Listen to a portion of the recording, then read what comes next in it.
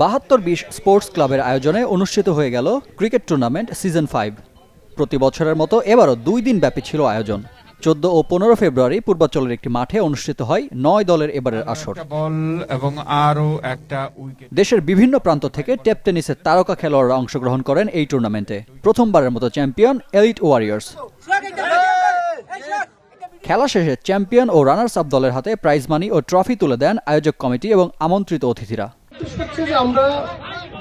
অনুষ্ঠানে প্রধান অতিথি হিসেবে উপস্থিত ছিলেন কার সিটির কর্ণধার জুবায়ের রহমান। বিশেষ অতিথি হিসেবে ছিলেন অন্তর ট্রেডিং এর কর্ণধার অন্তর হাসান শাকিল সহ অনেকেই। টুর্নামেন্টের সমাপনী বক্তব্যে চ্যাম্পিয়ন ও রানার্স আপ দলকে অভিনন্দন জানান 72-20 স্পোর্টস ক্লাবের ফাউন্ডার শাহেদ সাব্বির সোহাগ। ভবিষ্যতে আরও বড় পরিসরে টুর্নামেন্ট আয়োজন করার ঘোষণা দেন তিনি।